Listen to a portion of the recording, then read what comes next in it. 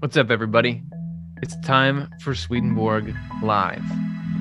Really excited to get to do a long form Ask Me Anything style questionnaire with myself and some good friends of mine and expert Swedenborgians. And I'm looking forward to taking a bunch of questions from all of you.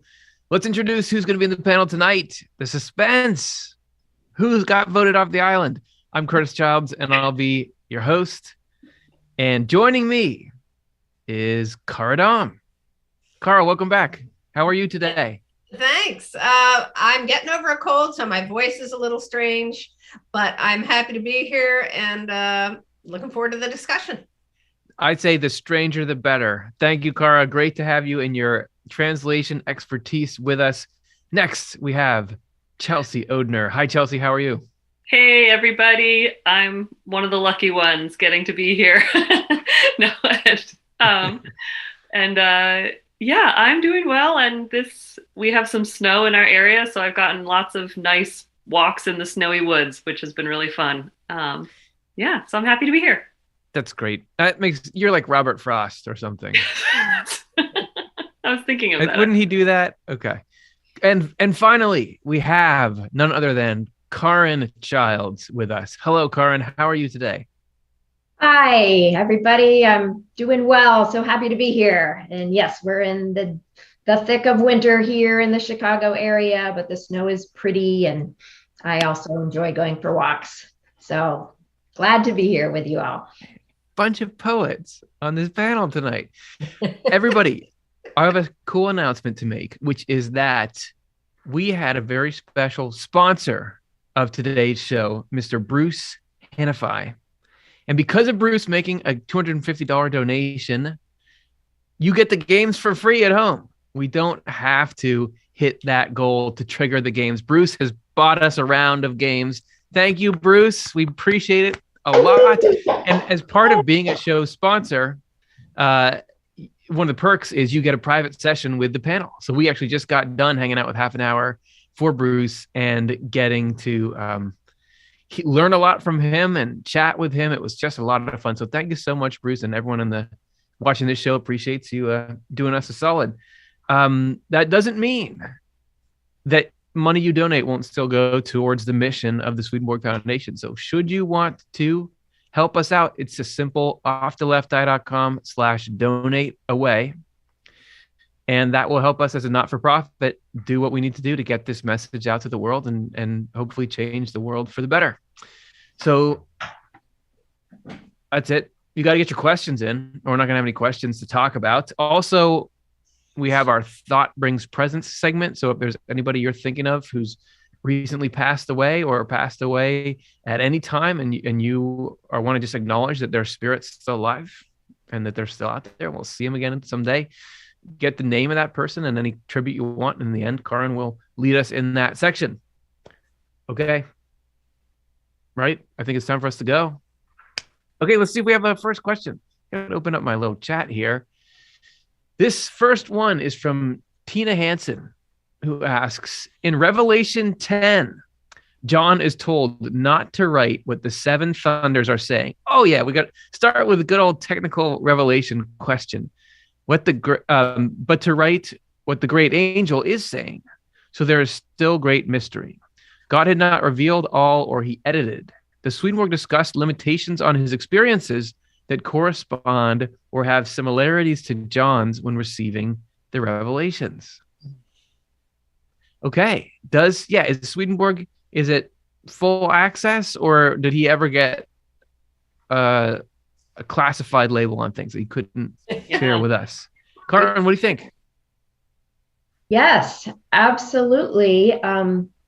God is careful with what he reveals when, because it's important that we be ready for information, collectively and individually ready for information, for truth, just like you for chat or something. So yes, Swedenborg was sometimes told not to reveal things that he learned. He has sometimes written in his writings here and there, like, but I'm not allowed to say more about this, or not allowed to write about this. And as far as that part in the book of Revelation, we actually have a show I think it's called The Mystery of the Seven Thunders, in which Swedenborg was allowed to tell what those thunders were saying. And he wrote that. It was information about the full identity of the Lord Jesus Christ, who the Lord Jesus Christ really is. And he wrote that in his little book called The Lord. And so you can check out that show. But the answer is yes, there is editing. And also Jesus said while he was on earth, I have many things to say to you yet, but you cannot bear them now. So timing is important as to when things are revealed. That's a great point, Karin. And I looked it up. It is called The Mystery of the Seven Thunders, Swedenborg in Life, if anyone wants to go and watch that episode. Kara, what's on your mind? Yes, I too am thinking of several places where Swedenborg says, I'm not allowed to say anything else. One of those places is when he's talking to angelic wives, and he's just not allowed to talk about what the discussion was. So that's so fascinating. And also just a word that he uses over and over again throughout his 30 volumes is ineffable, which means completely indescribable, unable to convey what's going on here. So plenty of mystery left, that's for sure. And I'm remembering that our good old Dr. Jonathan Rose's wife wrote a fascinating paper. I forget the title, but it was called Things Unsaid in Swedenborg or something. And it was a really interesting look at what Swedenborg does not say. I was thinking of the same thing, Kara, and I think that is what Emanuel Swedenborg's writings say they cannot say. Uh-huh. Like that it was something I want to say, maybe that was published in New Church Life, but I think it might have been for a women's symposium or something. Oh, okay. I'm trying to It might look be it up somewhere. Yeah. But I remember looking at that. It's really interesting. It's totally something to study, because there's a lot of times that Swedenborg describes sort of, like you said, Kara, ineffable, often just the upper realms of heaven, when he describes that things are more about feeling than they are about intellectual thought and thought constructs. And so that so much of revelation is actually nonverbal and felt is something I have in my mind from, I think, reading that study. Nice. And I'm thinking of a place right now where he's describing some story in the Word that is like an emotional story. I forget what it is. And he says, the correspondence of this story is the emotions it's talking about. Yes.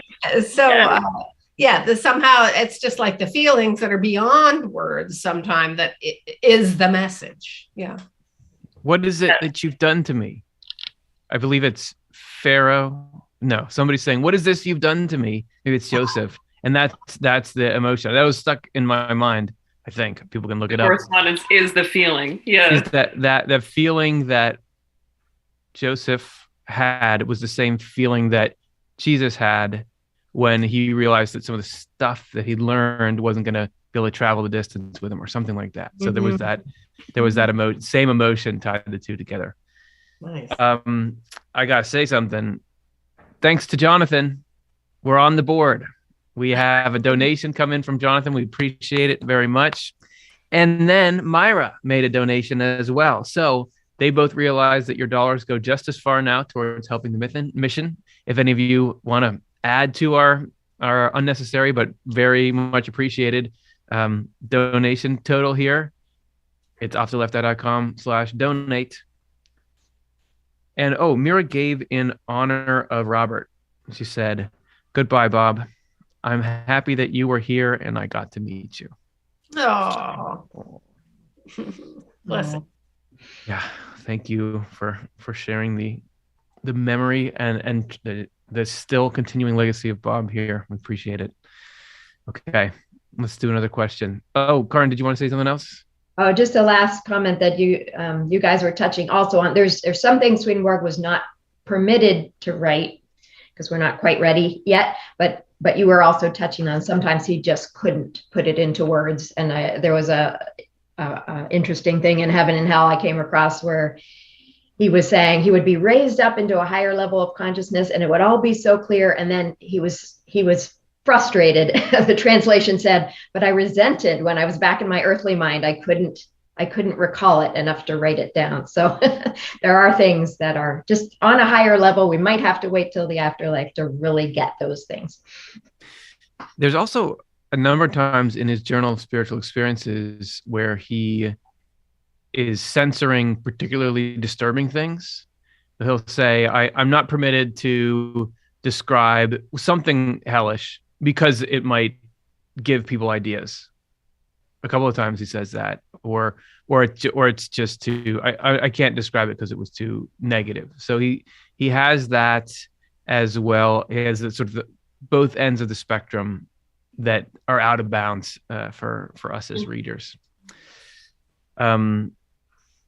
So when we were hanging out with our sponsor, Bruce, earlier, I remember thinking, I wonder if I should ask him how to pronounce his last name, because I'm going to say it later. And there was two ways I thought you could say it, but I thought, no, I think I've got it. I'll just go with it. Turns out I was wrong.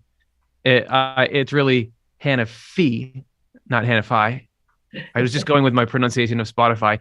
But I think that the lesson is that no matter who you are and how you support the Swedenborg Foundation, you're not safe from my mispronunciation machine. Let's go to question number 2. This is John Bishop, who asks, and if you want to know how to get your question to the front of the line, look how he opens with this. I totally agree with what Curtis shared earlier, that we all undergo spiritual crises in order to grow. Curtis, can you help us come to terms with millions of souls lost in a tragedy like the Holocaust? So yeah, it seems like if we're talking about, the hard things in your life help you grow, other things that are beyond that, and how do you process something at such a massive scale in which it seems like there was just so much annihilation rather than growth. So what do we think? Yeah, Karin. Well, the crises like that, which is some people doing terrible things to other people, are never in God's plan. But God makes sure that good can eventually come out of it. I remember in Howard Storm's near-death experience, he specifically asked God, what about the Holocaust? And he was shown that the people who were being killed were immediately being welcomed by the angels and comforted and healed. So he was being given the perspective that the people that on this side of things did go through terrible things, they were very immediately cared for and healed on the other side. So that was not going to permanently damage them in any way. The spiritual damage would be on the people who do the atrocities rather than who are on the receiving end. And I think that spiritual crises, Curtis has talked about this before, when we have a spiritual crisis that's on a big scale and collectively we become aware of it, that can help us spiritually grow as a human race, because we do see the harm, the consequences. We do have to wake up to some things, and it does advance us, in our consciousness about what is and is not okay, and what is and is not, acceptable. And so I think that's one of the things going on when we have things. Once we wake up, the spiritual growth is we are realizing that's horrible. We have to not do that anymore. And there comes a new conviction to stop that kind of thing. So those are my thoughts about collective spiritual growth. Yeah. Yeah. And it doesn't mean we're not trying to say, oh, well, look, this terrible thing happened, but now we know not to do terrible things anymore. So we're even. God is bringing all kinds of good out of everything. But I think it is fair to point out one effect of terrible things coming to pass is here we are, and we're talking about Holocaust as something we need to steer away from and process. How could this happen? It's left an imprint on people that Yeah, as you were alluding to, that's one thing that God is doing. But I think there's a full picture that if we got it all, then we would feel like, okay, I can get it. But certainly it's a scale that can overwhelm any one individual. Anything else about that, Cara or Chelsea? No? Okay. We'll go on to our next. Oh, I was going to say John gave. Thank you, John. We're up to $85 raised that will go to the mission of the Swedenborg Foundation. OffTheLeftEye.com/donate is the place to put yourself on the wall of fame over there. Wayne King, this is question 3. Wayne King asks, why are most different about what happens when people pass over? What is most different about what happens when people pass over? So is it the same for everybody, or can things change? Is it a customized experience? Or will some people like it more than others? What's up for variation? Chelsea, do you have a thought? Yeah, in a recent podcast episode of the NCE Spotlight, I was really struck by some numbers that Jonathan shared from passages of, I think it was probably Secrets of Heaven, Volume 3, about our ability. One of the most striking differences of the afterlife from here is that we can understand ourselves fully. Angels have this ability to even reveal the deepest parts of our memory so that things can lay before us in such a way that we can see and understand sort of what was really going on in our lives here. So it's like, and I remember we were reflecting on this, Curtis, and that's sort of fresh in my mind of like, in this world, we are so slowed down and impaired by really not knowing what's really going on for other people, or even in a situation who did what, in a crime situation or something like that. We can't know the truth. But in the other world, we aren't impaired by that anymore. Everything is can be understood. And then so even we can wonder about ourselves, like, why did I do this thing? Or why did things happen like that? That there's in the afterlife, there is this ability for angels to draw up in our memory, is how Swedenborg describes it, and be able to even look at and reflect our purposes so that we can even understand ourselves better and understand other people better. And that whole, I think it is sort of intuitive, and yet we just don't get that luxury while we're here in this world. We have to speak to communicate with each other. I mean, that's another example, is language, being able to just telepathically essentially communicate with one another. That is inherent in us, and yet it becomes the way that we operate in the afterlife that's different from this world. So those are just a couple of things that came immediately to mind. Excellent. Very, very important things.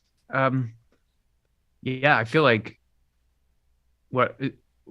just jumping off of what you're saying there, like clarity might be the biggest difference between this life and that life. I think the afterlife, you really, as you were saying, you gain clarity about who you are, but also the whole heaven and hell thing is everybody getting to opt into what they love to do and where they love to be and be around people like that. So you can get this clarity of knowing who you're dealing with, that here it's all a mystery. Can I trust this person? Is this the right place for me to be? Whereas there, you know that the very seat in the room that you're in is the one, divine providence, is the one that the Lord is putting you in. The providence is operative is able to be operative so much more directly there. And what people are about. Somebody comes up to you and starts talking to you, you can tell what kind of person they are, like right off the bat. So that clarity could be really nice. And before I kick it to Karin, I got to say the donations are going crazy over here. Thank you, everyone. We've got Ellen, who made a contribution. Thank you, Ellen. Stephen. Thank you very much, Stephen, for supporting our not-for-profit work. And then Kevin. We're all the way up to $180 raised. Thank you so much, everyone. Keep them coming, but we're very grateful for everyone. Karin, what were we going to say? Wow, thank you, everybody, for the donations. Kind of along the same lines that you've been saying. is that a big difference is we will be able to shed all sorts of stuff that is really very outer baggage that we didn't choose, like the condition of our body, our external environmental circumstances that maybe we didn't choose, but we were just saddled with, heredity, that just is kind of these traits that we struggle with, but we just inherited them. There's so much of that will just fall away. And as Chelsea was saying, we'll be able to be so much more clear on who we really are and what we really want and what we really care about, and be freed up to really pursue that with a lot less stuff in the way. Doesn't sound so bad. Dr. Rose likes to say that it's an honest world in the other world. Just that our insides create our outer appearance. So just what you see is actually what you get. And that is a really big difference from this world. Hey, I want to do a quick commercial break here. I'm going to go to Florida. There's going to be an Off the Left Eye event in South Florida at the end of February, the 27th of February. If you're in the area or you want to come down, we're going to hang out and have a couple hours of getting to meet each other and do a Q&A kind of like this, and just get to connect with folks face to face. So email Tim Bilger about that. It's tsbilger, Bilger, at Swedenborg.com. We actually have carpools that are going on, and discount rates at local hotels for people who are going to be staying there. So if you want to come and hang out, we'd love to see you there. Just get in touch with us any way you can, and we'll direct you to it. But tsbilger at Swedenborg.com for that event. Hope to see you there. Let's do another question. This is from Juan Orozco, who asks, does Swedenborg mention the nature of Jacob's struggle with God or an angel, which gave him his new name of Israel? The famous name swap. Does Swedenborg comment? Cara, lead us forward. I just, I did a quick search, so I can tell you what I found immediately. Yeah. Which is that temptations, right? Spiritual crisis, spiritual trials are what were represented by Jacob, especially when he wrestled with the angels. But then there is a new consolation, because by these temptations, a conjunction of good and truth could happen on the earthly level. So that change of name indicates, as always, a change of state from a lower to a higher spiritual state, in a nutshell. Awesome. Yeah. The angels went up, up, up. The angels went down, down, down. There's a song about it. But that's good. That's great. And it's a universal meaning. And it makes total sense that there's that struggle, and then there's the communion going up and down. Karin, what do you think? I just happened to come across a verse about this because I was looking for something else about Jacob and Esau to answer someone's question. And I saw a explanation about on the level of meaning that is about the life and process of Jesus, because Swedenborg learned that the whole Old Testament and all these stories of Abraham, Isaac, Jacob, Joseph, they are telling about this inner development of Jesus Christ while he was on earth, and the stages he went through to purify and become more and more open to the divine within him.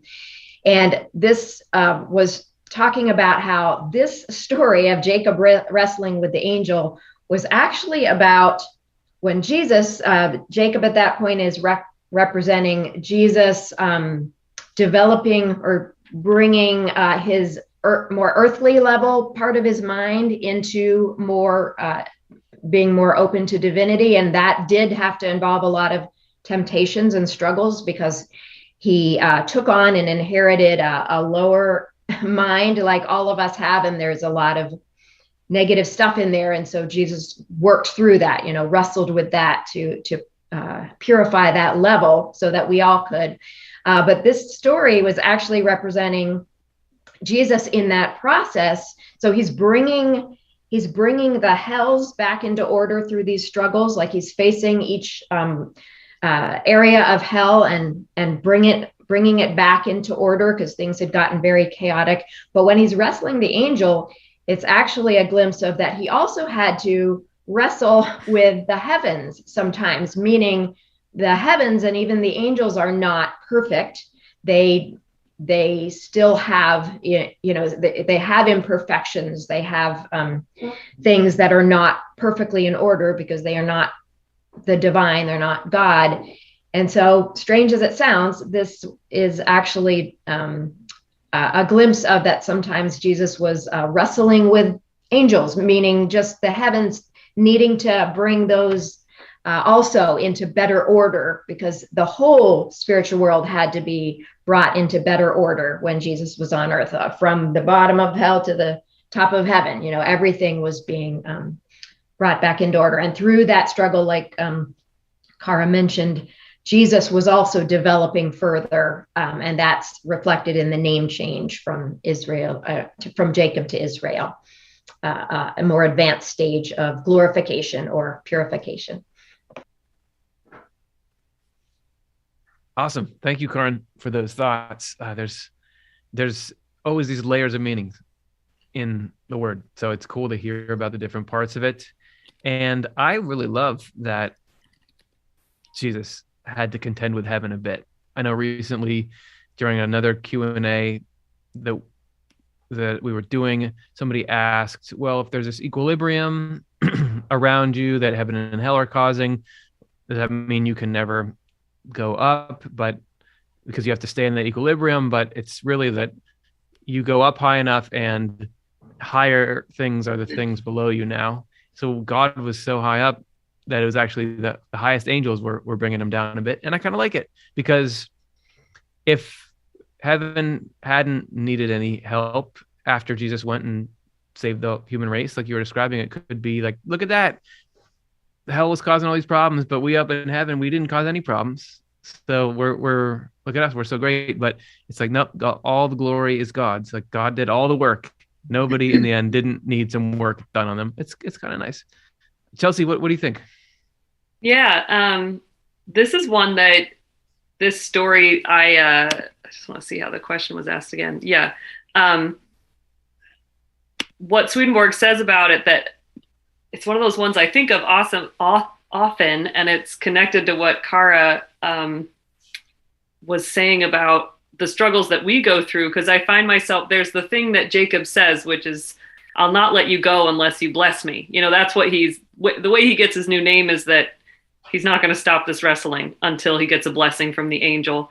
And it might be in that same place you were looking, Cara, but I remember reading what Swedenborg said about it, of like, it is when we go through spiritual crises, there is this gift, like the state that they create in us is this ability for God to be able to unite goodness and truth together inside of our spirit. Like we need our ego, like our just default nature can be so resistant that it just needs to be shaken up, to be able to have, a seed germinate in it. If you think of turned earth or something like that.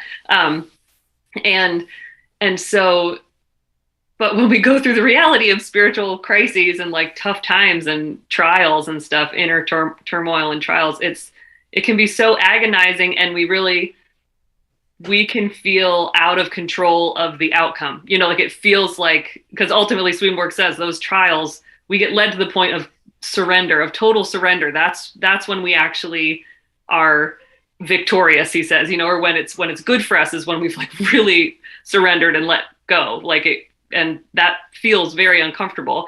And when I've found myself in those states, if they are really that or not, when it feels like that to me, I've called on this story, because there's that line of like, it can feel like I just want to get out of this situation, like just make things better, I'm done, but that message is like, no, I want this to go its full course because I know that there's going to be a blessing at the end of it. And so like, I'm not going to let go until you bless me. It's sort of like a, you know, almost like a challenge, but it's a reminder to me that like, that's really what God's plan is like when things are really hard, there's going to be a blessing, and you kind of just have to hold on tight and almost sort of refuse to give up until you've tasted that blessing, which can feel like, you know, the sweetness only comes after this, you know, bitterness. But so that's one of those like one-liners that I've found to be helpful when I'm going through those spiritual struggles, is like, I'm not going to let go until you bless me, you know, like trusting there's going to be some blessing that's going to come out of going through this. So that's great. That's such a cool little mantra. Okay, I'm not going to let go till you bless me. And thinking about the love in God saying, I know you really want to be out of here right now, but I know you wouldn't want to have gotten this far and not get the benefit it was all for. So I'm going to keep you just a little while longer. Thank you to Brian, who's made a contribution, and he wrote with it, thanks for all you do. We're thanking right back at you. And we're actually about to answer a question by Brian right after we take a little break to raffle off a very special item. Oh, thanks to Tina as well. Thank you, Tina. We're up to 255 raised. Appreciate it. We will put it to great use to try to get this message out there. As a little thank you from us back to all of you, we now are going to do a special raffle. We've never done a raffle like this before. Has anyone here heard of the Off the Left Eye experience? We are going to be doing this summer a 3-day weekend retreat right here by the Off the Left Eye Studios on the campus of Bryn Athyn College, where we are going to have a deep dive and get to know all of you. And it's called The Spiritual World Around Us. Spiritual world around you, spiritual world around us. Anyway, it's going to be the first time we did a virtual one, but this one's going to have virtual or in person, and we would love to see you there. And what we're going to do is say thanks to all the donors by raffling off a ticket. Okay. So first I want to say thanks to all the donors who donated in the month of January. I think we have a graphic here. Hooray for you. Hey, there you all are. Appreciate it. And now we're going to pick one of you to attend the conference. So as I said, it's called the Off the Left Eye Experience, and we are going to be raffling away a digital ticket. So this is access to all the online streaming and recordings of all the talks that are there. $100 value. And if you want to use that to upgrade to an in-person ticket, you can put that toward it. Or if you're already coming, you can either get a refund, or you can have that money put into what we're calling the Angel Fund, which helps with financial aid for people who want to come to the conference. So let's see who it is that's going to get. I'm excited. I'm nervous. Who's it going to be? Who are we going to see soon? Okay. It is Stephanie Mo Davis is our online ticket raffle winner. All right, Stephanie. So you can join us online, or if you want to use that to try to come on out and hang out here in June. Looking forward to seeing you either way. We'll do it again next month. Okay. I think we got to take some more questions. That was fun. Let's do, this one is from Brian Comiskey, who asks, I'm doing a sermon about why does God allow suffering? Is there a main idea you could sum up about this to pass along to my congregation? Okay, guys, we got to do something good here. This is going out to Brian's congregation. Why does God allow suffering in a nutshell? Cara. Well, I think the last answer, especially how Chelsea posed it, is a good answer. That all spiritual growth is kind of dependent on some kind of suffering / trials, crisis, something of our spirit that doesn't feel good, but it helps us grow always. And there's always, like Chelsea said, holding out for that blessing. There will be a blessing at the end. And the other thing that comes to mind is that Swedenborg says that our spiritual freedom, that humans, the spiritual freedom in human beings is like the apple of God's eye. It's his highest priority, so that he needs to allow us to be free to not choose God. And because otherwise, like if he just created us all to love God and be happy, there would be no freedom involved. We'd just be all little heavenly automatons. So his allowing there to be choice and rejection of good things causes suffering in the world, but it's because he wants us to be spiritually free. That doesn't mean we're free in every circumstance of our life, but spiritually we can choose how we respond in our hearts to whatever life is serving up. So those are two sad answers. I think they're great. And I want to, you talking about freedom got me thinking about how suffering is connected to freedom in two ways. One, it only came about because we had that opportunity, but it seems like it's only allowed in divine providence to happen if it will somehow lead to greater freedom. Because what Chelsea was just talking about, those spiritual struggles in which there is suffering happening, but the net effect of what the suffering does in there is free us from what these evil and false things that we're struggling with, so that you then have a permanent happier state going forward. That's the math, I think, behind suffering. It's a last resort that God will allow only when it will lead to spiritual improvement that infinitely pays you back over the course of eternity. So that's a thought on that. Any other thoughts about Karin? Yeah. Do you want to talk about suffering? Yeah. I mean, free will is so important. Now, God didn't create suffering. That's very important to know, that humanity created suffering because humanity used the gift of free will to gradually, over thousands of years, choose more and more self-centered and materialistic focuses, which led to division and greed and all sorts of things. And that has culminated in all the kinds of suffering we have. But the thing is, without free will, the original point of free will is God wants us to choose what we want to do with the gift of life. And you can't separate, to take away the freedom to be mean also takes away the freedom to choose what you want to do with life. I mean, just the freedom, the ability, the human ability to choose what to do with the gift of life can't be separated out from you could choose evil. So that ability to think and choose and purposely use life in the way we want to do it gives the blessedness of heaven, the beautiful variety of the ways that people can choose to relate to God and choose how to serve each other and choose how to use their gifts.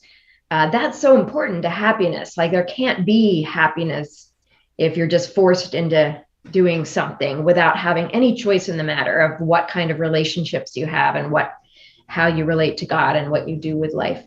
So you can't separate out those two. As I said, humanity did use the gift of free will to really mess things up. But since we did do that, God is still carefully monitoring things, that any suffering that happens, like has already been said here, is only permitted if eventually something good can come out of it, some realizations, some growth, some awakenings, some convictions to not do something anymore. And it happens in this life, and in the realm, the story of eternity. Earthly life is very short, and this life can be very hard because of how out of order things have gotten.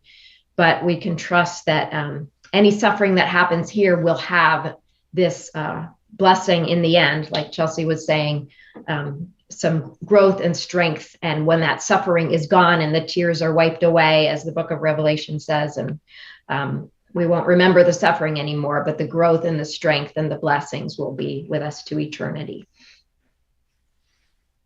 That's a very comforting thought. And I that the tears, God will wipe away every tear, has got to be one of my very, very favorite parts of the entire Bible. So thank you for bringing up that image. I want to say thanks to donors.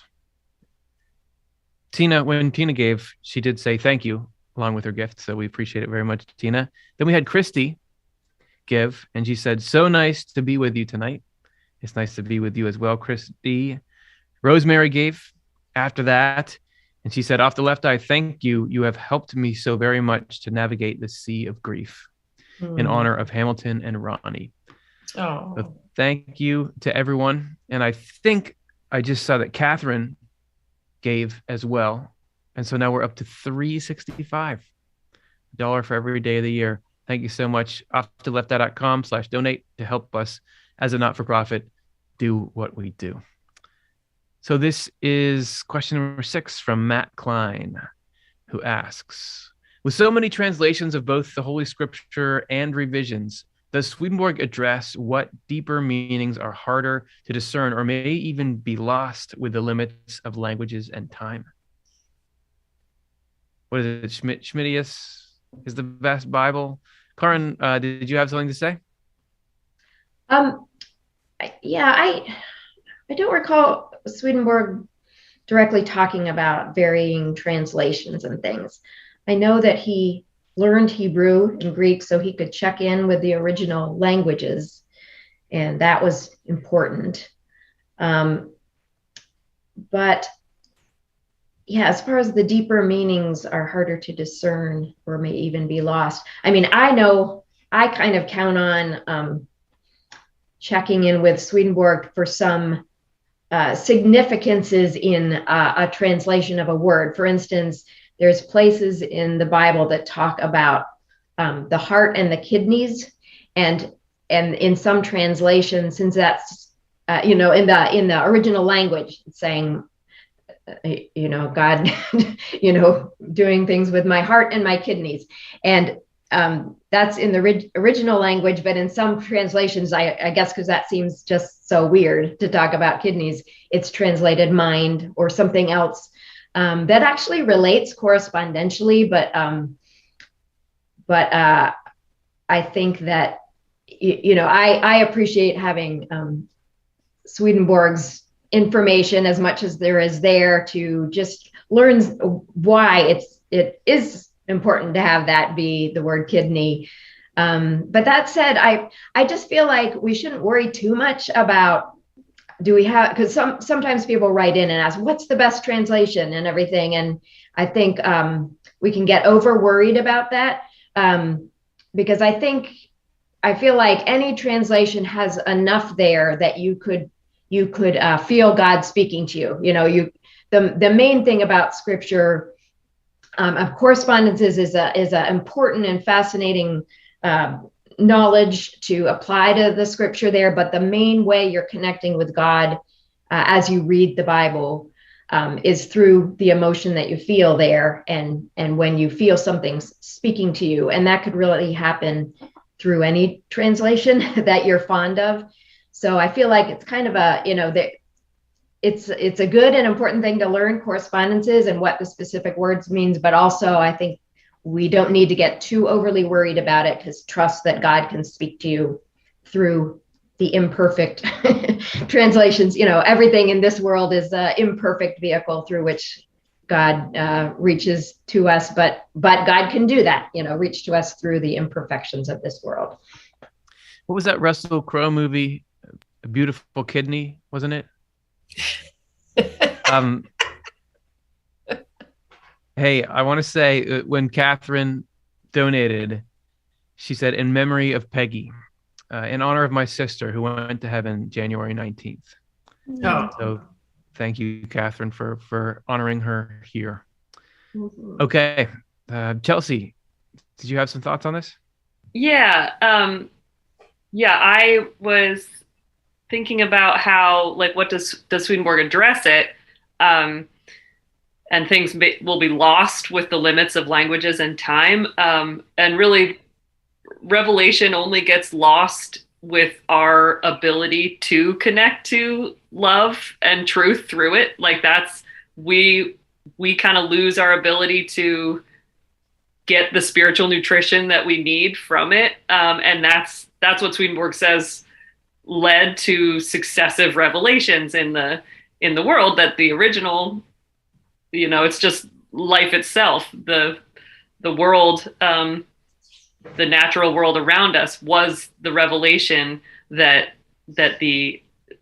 what Swedenborg says, the most ancient peoples who lived, humans on this planet, that's how they communicated with angels. And it was through how they saw what they saw and how they saw this sort of spiritual truth that was communicated to them through what they were witnessing in the world. So the natural world was their revelation. And then, and so when that knowledge broke down, then God provided for written revelation eventually later, and then successively, Swedenborg writes that the scriptures that we have now are still functional. Like we haven't totally lost it, or like needed to scrap that and get something entirely new. But I think that's also because, according to Swedenborg, we're living in an era where there is greater spiritual light, so that we're actually redeveloping our ability to draw this spiritual nutrition from the world around us. And I think from all the, sacred texts that exist in all different traditions, and then ongoing revelation that people receive, because there is this development of more, inner personal revelation that we receive, that connection, we're developing our ability to trust that and discern it, and that's healthy for everybody. So anyways, just like that, I think that's sort of what maybe Swedenborg says about it, is the way that God is always ensuring that we have functional revelation with us. And I think we're getting to exist in a time when that's really all over the place. We've got it everywhere. So I love that, Chelsea. Revelation is something that happens inside, the human heart and mind. Words on a page facilitate that, but it's what happens in your heart and mind that is the revelation. But I just can't resist talking to this question from the point of view of working on the translation of Swedenborg. Nice. There have been many times, or I can remember a core time when I was really struggling. I think it was about the word charity, the Latin word caritas, which traditionally has been translated charity. And the New Century Edition translations have done different things with that. Goodwill is one translation of it, kindness, neighborly love, there's a bunch. But I had a little crisis of my own spirit about that. Like, how can God possibly put the job of translating some ancient foreign language into words that is going to apply to everybody? My feeling is that everybody really would be best to be their own translator, because language is so individual to each individual. But the Bible verse that has comforted me throughout all that work is, I don't know where it comes from, but the line is, God's arm is not shortened that he cannot save. So like Chelsea said, we've got enough to work with, whatever it is that we have. That's great. God's got the long arm of God. I'll take care of you there. I feel like we've got to linger on the significance of Swedenborg's nonchalance about translation. That the fact that he was going in depth, verse by verse, laying out the inner meaning of Genesis, and that he never said, here's the translation that's right, where he'll go in and say there can be meaning in every little letter of parts of the Bible. The fact that he was so uninterested in telling us which translation is right, has got to mean that it's not that big of a deal what the translation is, that you can get the truth of it from multiple translations. Otherwise, you'd think he would have mentioned that quite a lot. And I know that he was extremely liberal in how he quoted the Bible. As I know we keep referencing Dr. Jonathan Rose, but he once said something that made me laugh quite a bit, which was Swedenborg knew the Bible so well that he could misquote it from memory. Which is not to say that he's misquoting it, but he was perfectly happy, and this is something I learned from you NZE folks, he was perfectly happy to quote something, and that's almost like a paraphrase, and list Bible verses that are quite far apart from each other and say, look, this says this here. That even though he was as devoted to the biblical text as anyone who's ever written, there's got to be something important about the looseness or the fluidity with which he approaches it. That's got to be something about the nature of how the revelation reaches you. It is individualized, or somehow it's robust enough that it will survive any of that. Yeah, Chelsea. Well, just also to comment on that, like another step, a meta moment is the providence, if you will, that Swedenborg, when he lived in the 1700s, was writing at the time when Neo-Latin, and Cara could say more about what Neo-Latin is, but was the language that people wrote in. I mean, like, it's this whole form of Latin that was the way that people wrote books that were going to be put down for posterity, was write it in Neo-Latin. And yet then historically, it was like right after Swedenborg's death that the use of Neo-Latin just plummeted. Like like the whole world changed. Nobody learned Neo-Latin anymore. Everybody just wrote and spoke, like English became the main language. Like everything, it was a huge movement of everybody just starting to translate and publish in local vernaculars, and so people stopped learning Neo-Latin. So the early people who first read Swedenborg's works were people who grew up knowing Neo-Latin, like that was what they did their day school in, and so they read Swedenborg's books in that direct language. But for everybody else to all time, we're having to deal with translating Swedenborg's works. And like, I don't know if that was really what Swedenborg intended, but it's just sort of like, just like, oh man, shucks, like, too bad that happened. It's like I finally got all my favorite movies on DVD. That's exactly what it is. Yes, and Jonathan has said too that similar things happened, like with the Hebrew and Greek of the Old and New Testament, that there were these huge cultural shifts away from everybody just knowing those languages. So, he has said, Swedenborg seems to have or the Lord seems to have this thing about staying a little, don't get too comfortable in this language thing, Yes. I think keep on your toes a little bit. I think it's great and important that we don't have access to the original language of Swedenborg in that same way, and that we didn't grow up speaking it, because I do think that if he had written in, let's say, English, there'd be a tendency to get fundamentalist about what he wrote, because there's certain meanings attached to language then which we wouldn't realize the connotation now. We'd read it through today's lens, or we'd try to zero in and get a little too granular on it. You have this even with Swedenborg's translations now. People will try to get really literalistic about the words, but I like that it's Latin. So here's Cara's and her team's approximation. And that's, in my humble opinion, it's the best approximation it's ever had, but it's a translation. So that's what you have to deal with, is this internal revelation when you're reading it. So I think that's good. Yep. Stephanie, thank you, Stephanie. She made a contribution. We are up to $465 raised. Thank you, everyone. That's super nice of you. We are excited to put that to great use. Question number 7, and this will be our last one for the day. Mary Wolf asks, past lives, do we have more than one life? I just have to. Yeah. I just wanted to jump in and say that I have little kids who are like in late single digits, I guess you could say, and I'm just in awe as a parent that to them multiple lives makes the most sense. Like they're the ones who like write.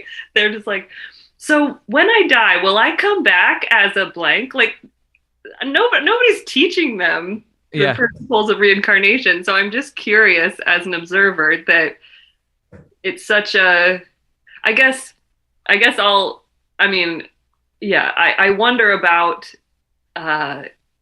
the same way where it's like, oh, the sun rises in the east and it sets in the west. That must be what's going on, but like you need to get, there's deeper information when you understand the nature of the universe or something. And I just wonder about that, where it's like, well, if you really think about past lives, does that really go along with a sense of a God? So here I am trying to explain this to my 9-year-old, but like God is infinite, and there's enough, like God has enough good ideas to never run out of creating more people, and it'll be sort of problematic if you're living multiple lives. Like, what does that mean for different people? Like, our lives are eternal, and that's enough. And it just kind of makes sense to me that it has to, and this is what Swedenborg writes, is like, it has to start,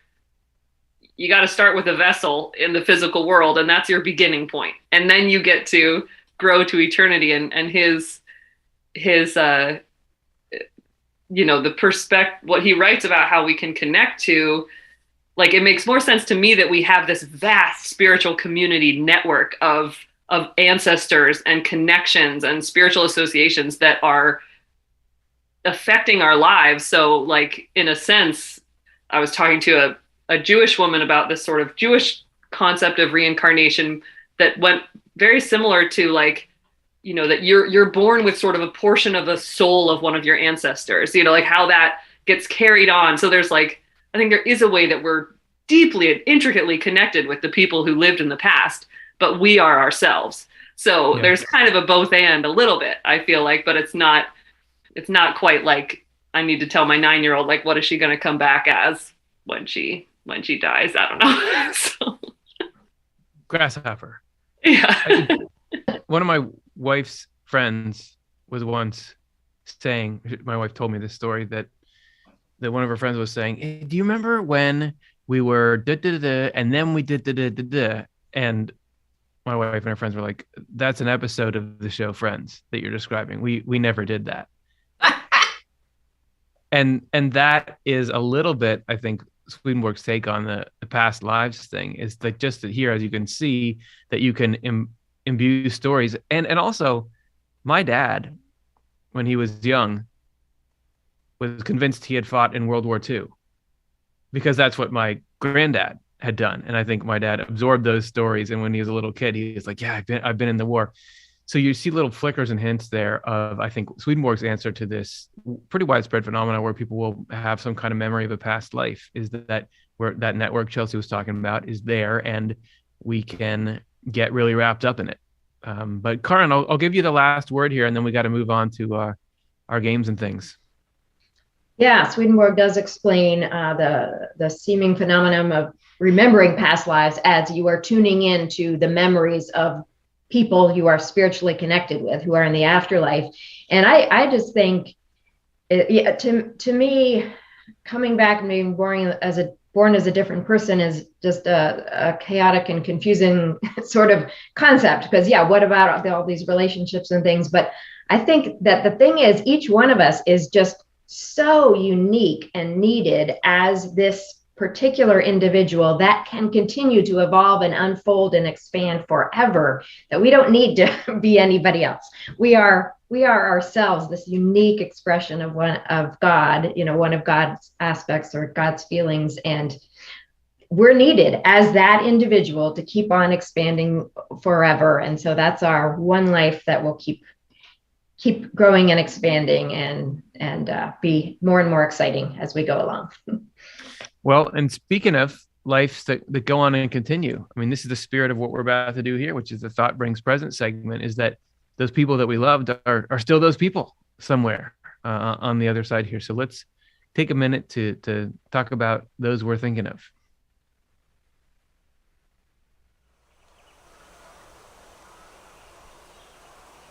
Yes, we're going to take a few minutes to think about people we love who are in the afterlife now. And I want to start with a quote from Heaven and Hell 4:14 that says, "People in heaven are continually progressing toward the springtime of life. The more thousands of years they live, the more pleasant and happy is their springtime." So there's a quote about what we were just talking about, that your life can keep unfolding and increasing in joy forever. This one life. I want to, before we begin reading the names that were put in the chat, 2 Off the Left Eye fans and donors passed away this past month, and I want to just give tribute to them. They are Peggy Ann Howland and Kathy Hickok. We just are thinking of you, Kathy and Peggy, as you make your transition, and wishing you many blessings as you continue your adventure in a new phase in the afterlife. And thank you so much for just being fans and supporters and just who you are. So here are some names of people in our chat today are thinking of with love. So the Cube is thinking of Cindy Wade. Cindy passed away 12 years ago, my dear cousin. Samuel Perkins is thinking of Nason Reisdorf. My father passed away a year ago, January 29th. I pray that he has found peace. He was a great father.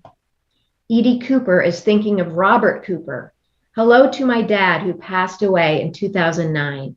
He continues to leave us dimes, hundreds since he left us, as his way of letting us know he is near to us. Love you, Dad. Matthew Bush is thinking of Robert and Dorothy Bush.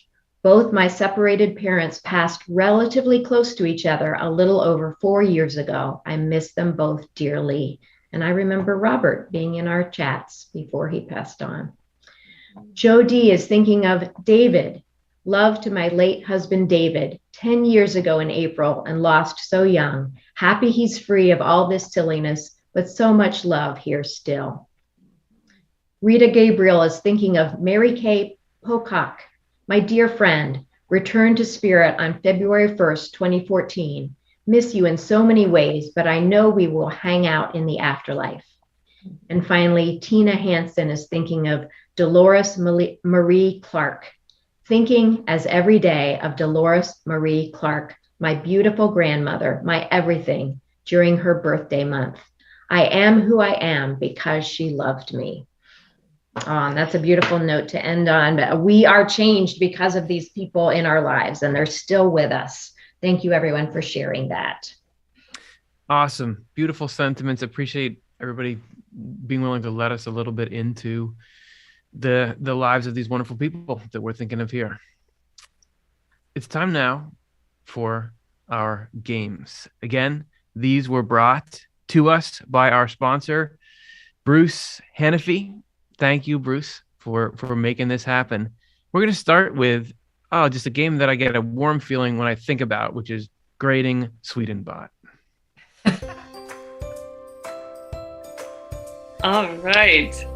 Grading Swedenbot. So a little primer on Swedenbot is an AI that we have fed all of Swedenborg's works to, and then Swedenbot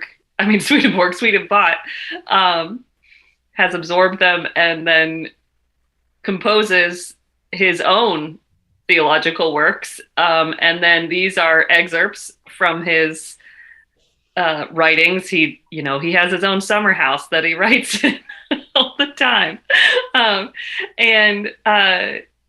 So we have 3 Swedenbot quotes, and then we get to give him some mentoring as the panel and tell him what we think of of his quips. So let's see what Swedenbot has for us today. Okay. The Lord's church is like the waters going forth onto the earth! Exclamation point. Waters. Well, that's a little more animated than we find Swedenborg usually. But let's see. The Lord's church is like the waters going forth onto the earth. It's not dramatically false, as in it's like the feel is right. I would say there's some things that are lacking about it. I don't know, Karin, Chelsea, what do you think? I mean, Karin and Kara. Yeah, it's not quite working for me. Because the truth is like the waters flowing, the living water, but the Lord's church is like us who are receiving the truth. So I don't know. I just picture people just flowing, like piles of people or something. So it's just not quite working for me. Right. The land or the earth usually symbolize the church. Yes. Good point. Receiving the water. Yeah. That's right. And so the water would more be like the truths of the church flowing into the earth. I mean, it's lovely, but it's not quite right. No, I think it's C. Is I was going to say a C or a B, but let's do C because let's do C. That sounds it's not good. offensive, but it's not really close. Yep, and it is sort of fun to see Swedenbot getting a little excited there. And just imagine that little boxy head smiley guy saying that in an excited robot voice. Cutie. All right, let's see the next one, Swedenbot. Okay, the Lord is the Redeemer. He is the infinite one. That's pretty good. What do you first say infinite one? I haven't thought about this, but I don't need to. No, go ahead. Go ahead, Chelsea. I was thinking about how Swedenborg talks about terms for God in different contexts, and I feel like the Redeemer, he's when he's talking about Jesus in true Christianity, like that is Lord the Redeemer, and then the infinite one is sort of more of the like philosophical, like you're going to hear about the infinite one and divine love and wisdom and divine providence, and so they're both entirely true statements. And yet, like, it's kind of, what do you want to call it? Splitting hairs. But it's like, I don't know if Swedenborg would ever say those two things right next to each other. Yeah, it's like 2/3 of the Trinity that he's got there. The first one is the Son. The second sentence is the Father. And the Swedenborgian Trinity being different aspects of God, not separate persons. So yeah, good point. Yeah, I think that the most serious charge I would bring against this is that never would Swedenborg have two sentences that short in a row. He would have commas where there are periods and then about 4 more lines before the sentence ends. Semicolons and stuff like that. Yeah. I mean, I could see a B. Because it's true. It's just a little garbled. B. Yeah. All right. Yeah. B. Yeah. Swedenbot. Great. Good job, okay, we've got one more. Let's see. The Lord came into the world to glorify it. Well, that's not quite the right word. It is such a tough crowd. It's just such a tough crowd. I know, we're so nitpicky. I'm so nitpicky. He's like happily bringing forward these quotes he's made. What do you call it? The peanut gallery? We're just brutal. Yeah. No, but Karin, we need this. Tell us what's wrong with it. Well, glorify it, I think, is something that can only happen to the manifestation of God, not to the physical level. The physical level is a little different. Like, he can redeem it. He can fill it with his presence. I don't know. Glorify is just a step beyond, I think, what could happen to the physical level. I don't know. What do you think? Absolutely. I think he just got the last word wrong. The Lord came into the world to glorify His human nature. That's right. His human nature. That's right. Not glorify the world itself. Yeah. Okay. What do we think? Is that a C or a B? Yeah, we can't really do. Maybe C, another C. It's a C. Is it because it's wrong? It's inaccurate. But if you use the word glorify to be transform, yes, he came to transform the world because the earth was in trouble. Yeah, the spiritual. But it's not technical enough though, right? So Swedenborg wouldn't do that. He wouldn't just like say use glorifies. It just seems more like an emotional sentence, but no. Yep. So. Sorry, Swedenbot. If you're wanting to get your PhD in Swedenbot, right? I mean, in Swedenborg writing. Yeah. Not quite there. Yeah. All right. But it was a very good try. We love you anyway, Swedenbot. Yeah. we love you more than we ever have before. Okay. Now we're going to move on to our next game, which is Guess That Swedenborg Phrase. Oh, nice. All right. This is a game where our panel is going to try to guess this Swedenborg quote, and everyone can take turns guessing letters. For every vowel that's correct, 1 point. Every correct consonant, 5 points. If you guess the whole phrase, you get 20 points. Guess wrong, you're out. And what is negative 5 points? Shoot, I didn't. Something is negative 5. If you guess a wrong letter, an incorrect letter, you get 5 points knocked off. And then the winner does not have to do the elevator pitch. So big stakes tonight. Yeah. Big motivator. Yes. Right. So I think we are starting with Curtis. So what do you guess, Curtis? Okay, I'm going to guess L. Yes, there are 2 L's. A risky move. Yes. Okay. I'd like to guess the puzzle. Just kidding. All right. Is Chelsea next? No, Kara's next. I can't see the bottom of Chelsea. Oh, I think I am, and hopefully all my wordling will do me good in this game. I'm going to go with T.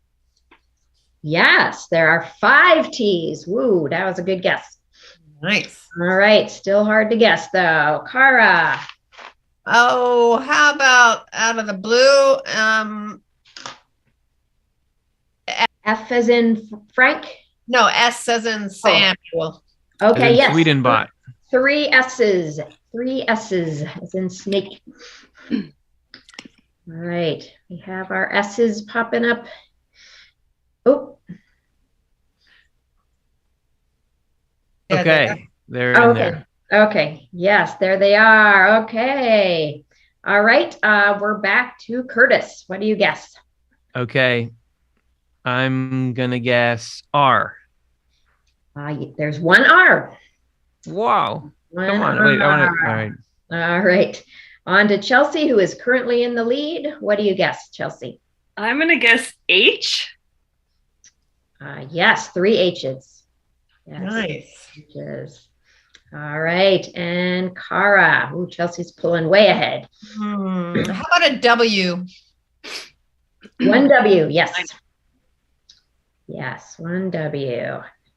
Curtis, what do you guess? E. Mm-hmm. E, a vowel, our first vowel. 6 E's. Oh my goodness, look at all that. Want to guess? Nope. All right, Chelsea. I'm going to say P, but I don't know if I don't think that's going to have one. Yeah, there is. Yeah, there are 3 P's. Woo! 3-letter P's. Kara. Well, how about M? Yep, couple of M's. Focus here. Curtis. Okay. Well, then I'll guess I. All right, the letter I, 2 I's.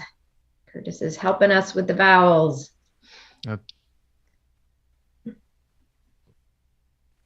Okay. All right. Chelsea. Okay, I don't see where the eyes went. Yeah, the screen has frozen. I think they're the two last the two. There second There we go. All right, Chelsea.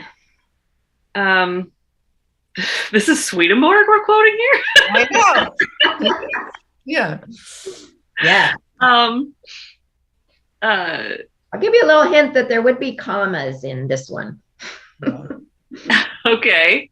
Oh. Oh man. Well, I guess I'm gonna say A. All right, there are 3 A's. Going low with points, but help us out. You're way ahead, so you could. Oh, we'll see. I don't know. The winner gets a lot, so that's right. All right, Cara, what do you guess? I think it's time for some C's. Yes, 3 C's. Oh, amazing. All right, Cara, you want to guess yet? No. Okay, Curtis. By those first 2 lines.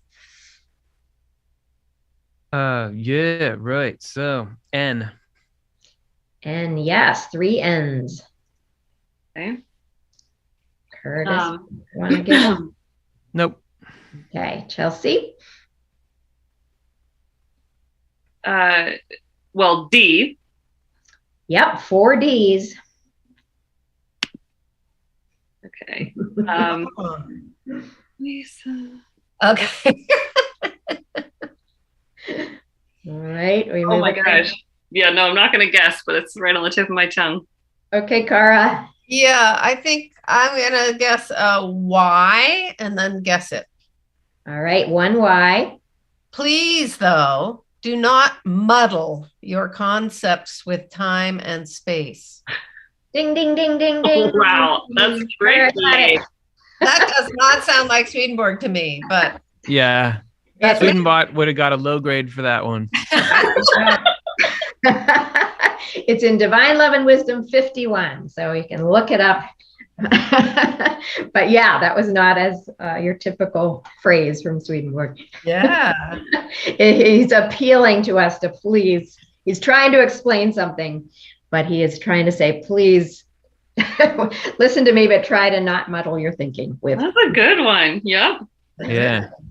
Let me just talk about the drama of this ending, because as you saw, Cara guessed it, but because Chelsea was so far ahead, Chelsea still won by 3 points. I forgot to look at the final score. Chelsea. But now here's the dramatic twist, because all the Chelsea fans are like, yeah, and the Cara fans are like, what? But the thing that nobody saw coming is we are about to make Chelsea's win not mean anything, because we're so far over time that we can't do the elevator pitch. It's got to carry over to next time. It will. Okay. All right. Next time, if it comes up Chelsea, it can be me that does it or something like that. We'll talk to Matt. We'll get this figured out. But thanks everybody. That was super fun. The whole thing, the questions, the games, it was great. And thank you for all the donations. We had 12 donors, raised $465. We really appreciate your support. It's how we can do what we do. If you're watching after the live broadcast and you want to contribute, just go to offtheLeft.com/donate. Your money will still go to supporting the mission of the Swedenborg Foundation. And thank you, everyone. If you got a closing thought, I'd love to hear it. Cara, we'll start with you. Well, just delightful hour. And I really needed to hear some of the things that you panelists said. So thank you. Nice. Yeah, and I'm so grateful to get to be here and share in this community. I really love talk about that spiritual network. I feel connected to everybody. So thank you. Yeah, thank you everybody for being here. It's just such a blessing and a privilege. Thanks for your supportive presence and donations and questions. Yeah, I see in the chat people, there's an uproar about the elevator pitch, and it's like, hey, right now you're going through a spiritual trial, right? And God's not going to let go of you till you get something good out. He'll bring good out of missing the elevator pitch. We'll have to do two next time or something. Yeah, we'll do 2. Oh, It's my fault. I let the questions go too long. Stop asking good questions, and we'll have more time for the games.